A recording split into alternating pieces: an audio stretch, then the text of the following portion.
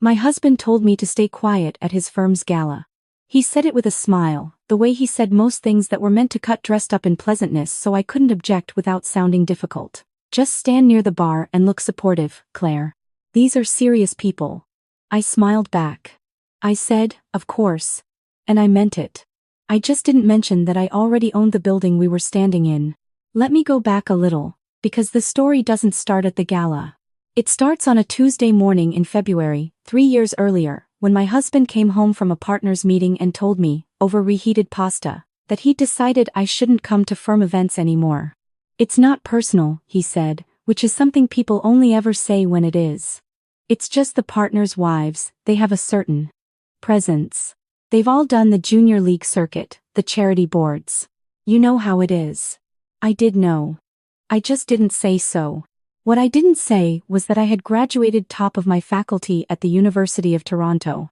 That at 28, I had sold my first logistics software company for just over $4 million. That the inheritance my grandmother had left me a woman who had built a small empire of commercial properties across southern Ontario through 4 decades of quiet, methodical work was being managed, at that very moment, by a portfolio worth somewhere north of $18 million. I didn't say any of that. I put my fork down, nodded, and asked if he wanted more pasta. My husband's name is Richard. We met at a conference in Vancouver when I was 29 and he was 37. He was charming the way tall buildings are charming, impressive from a distance, mostly glass.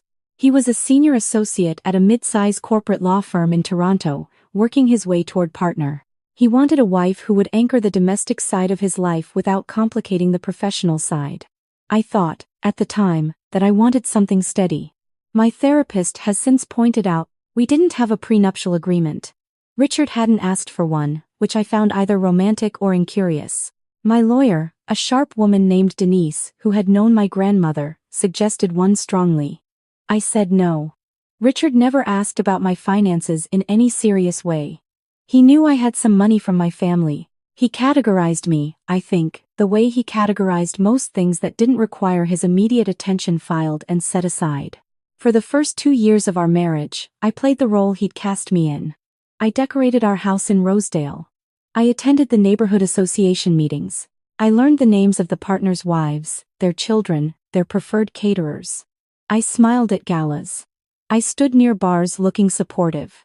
Meanwhile, I was quietly working. My grandmother had left me 11 commercial properties across Ontario, office buildings, a small mixed-use development in Kitchener, 2 retail plazas in the East End of Toronto. I had been managing them through a numbered company, the way she had taught me. Never let your name be the first thing people see, she used to say. Let the work speak. The name can come later. I had grown the portfolio. I had sold 2 underperforming properties and reinvested in a boutique office tower in the financial district, 12 floors, heritage facade, the kind of building that serious firms like to say their address was. I had purchased it through a holding company called Halcyon Properties Incorporated. I was Halcyon's sole director.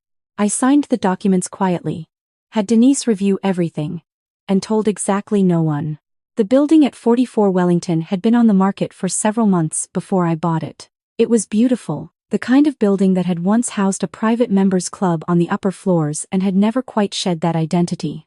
When I acquired it, the upper 2 floors were still operating as event and meeting space, leased on a rolling basis to various corporate tenants. One of those tenants, I discovered about 8 months after I purchased the building, was my husband's law firm. I remember the moment I found out. I was reviewing the tenant roll with my property manager, a methodical man named Paul who had worked with my grandmother for 20 years. And there it was, Ashford and Green LLP, floors 11 and 12, annual lease of just under $400,000. I sat with that for a moment. Then I asked Paul to pull the full lease agreement, reviewed it carefully, and said nothing to anyone. I want to be honest about something. I didn't buy that building because of Richard. I bought it because it was a sound investment, good bones, excellent location, undervalued due to a complicated estate sale. The fact that his firm leased space there was coincidence, or fate, or my grandmother's sense of humor operating from wherever she'd ended up. But once I knew, I will admit, I did not rush to tell him. The gala was in October. Ashford and Green's annual client appreciation event, held on the 12th floor of 44 Wellington. Richard had told me 2 weeks prior that he needed me there this year. One of the senior partners had made some remark about not having met his wife, and optics mattered. Just be charming, and don't talk about anything too complicated, he said. I told him I would do my best. I wore a dark green dress I'd had made by a tailor in Yorkville. I did my own hair. I took a cab because Richard had gone ahead to help with setup. When I arrived and gave my name at the entrance, the event coordinator, a young woman with a headset and an iPad, lit up with an expression that confused me briefly before I realized she recognized the name from the building's management records. She said, "Miss Halcyon," and then caught herself, because of course that wasn't quite right, but it was close enough. I smiled and walked in. The room was full of the kind of people Richard had spent a decade trying to impress. Bay Street lawyers, a few developers, some money management types, the particular variety of spouse who wore their partner's ambition like a second outfit. I got a glass of sparkling water and made my way through the room. I spoke with a woman named Margaret, whose husband ran a mid-size REIT and who turned out to be quietly hilarious. I talked for 20 minutes with a retired judge about the renovation history of the building. He had worked in it, he said, back in the 90s when it still had the old club on the top floor. I told him it was a beautiful space. I said I hoped it was being well maintained. He said it was exceptionally well maintained, and that whoever owned it had real taste. Richard found me near the windows around 9. He had the particular tightness around his jaw that meant the evening was going less well than he'd planned. He introduced me to 2 partners as my wife, Claire, with the careful emphasis that indicated he was hoping I would perform correctly. I shook their hands. I asked good questions. One of them, a man named Gerald, asked what I did. Property, I said. He nodded with the mild interest of someone who assumed I meant decorating. The trouble started, as trouble often does, with someone else's mistake. One of the junior associates, a young man who had clearly had more than one drink and was trying to impress a client, somehow got onto the topic of the building's ownership. Apparently, it sold a couple years back, he said, loudly, to the small group gathered near the bar. Some holding company out of Toronto. Paul, something. Nobody can figure out who's behind it. Gerald looked up. Richard looked over. The associate continued, Ashford's been trying to get a meeting with the ownership about the lease renewal. They want to lock in another 5 years, but the company's impossible to reach. Richard said, with the dismissive confidence of someone who had never looked into the matter, it's probably just a numbered company. Some investors sitting on it for capital gains. No real operator. I set down my water glass. I don't know exactly why I chose that moment. I had not planned it, not precisely. But something about the way he said it, no real operator, the same tone he'd used for years about anything that didn't fit his idea of what mattered. Actually, I said, Halcyon Properties is very much operated. Several people turned. Richard looked at me with polite confusion. I'm sorry, Gerald said. I'm the sole director of Halcyon Properties, I said. I've owned this building for just over 2 years. Your firm's lease renewal, I've had the proposal on my desk since August. I've been meaning to schedule a meeting. The room had a particular quality of silence, the kind that has texture. Richard's face went through several expressions in rapid succession, like a slideshow of realizations. Gerald stared at me. The junior associate looked like he wished the heritage hardwood floor would accept him. I'm sorry, Richard said, quietly. What did you just say? I looked at him directly. I own the building, Richard. What happened next was not a scene, exactly. It was more like a slow exhale of something that had been held a very long time. Richard stepped toward me and said something low about how we needed to talk privately, and I agreed, which I think he interpreted as capitulation. It wasn't. It was patience. It was the same patience I'd been practicing for 3 years, just redirected. We stepped into the hallway. He said, with the controlled anger of someone who was used to controlling rooms, how long have you known this firm leases space here? About 18 months. And you didn't think to mention it. You didn't think to ask about my work, I said.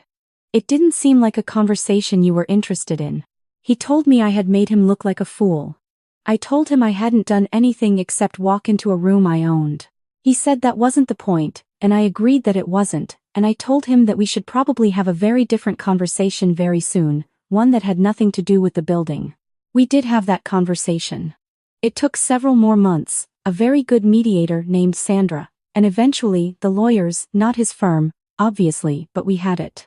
What I will tell you is this. the divorce was settled out of court. The Rosedale house sold. The division was entirely equitable, as Ontario law requires, and Denise made sure every number was documented correctly and fairly. Richard moved into a condo in Liberty Village. I bought a house in the annex, a red brick Victorian, with a garden that my grandmother would have liked. The lease renewal at 44 Wellington was eventually signed. I gave Ashford and Green fair market terms. I am not a petty person, and the building benefits from good, stable tenants. The meeting was professional. Richard was not present for it. Gerald, to his credit, shook my hand at the end and said, "I understand now why Paul always said ownership had excellent judgment.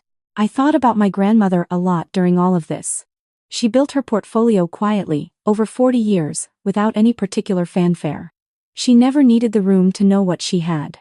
She used to say that the best position to be in was the one where you already knew the outcome, where you'd done the work, made the decisions, and all that was left was waiting for the situation to catch up with you. I used to think that was something she said about investment strategy. I understand now she meant it about everything. There's a particular kind of confidence that comes not from being loud but from having already done the thing. From knowing, when you walk into a room, exactly what you hold. My husband spent years trying to teach me where I stood. He never thought to ask where I was standing.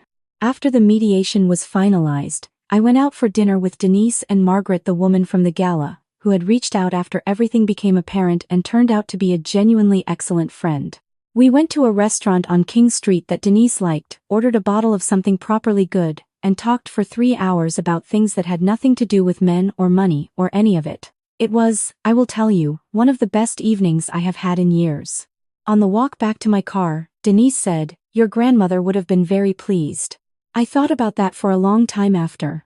I think she would have been, not because I won anything, but because I had done the thing she'd always said to do: the work, the patience, the quiet building. The knowing. And when the moment came, I hadn't needed to shout. I had only needed to say, clearly, exactly what was true. I own this building. And you are welcome to stay, as long as the terms suit us both. If you've ever been told to stand quietly in a room you actually owned, or any room where someone decided your worth before you had the chance to speak, I'd like to hear about it. Tell me in the comments below. And if someone in your life has ever assumed your silence was the same as having nothing to say, share this with them. They should probably sit with that for a while.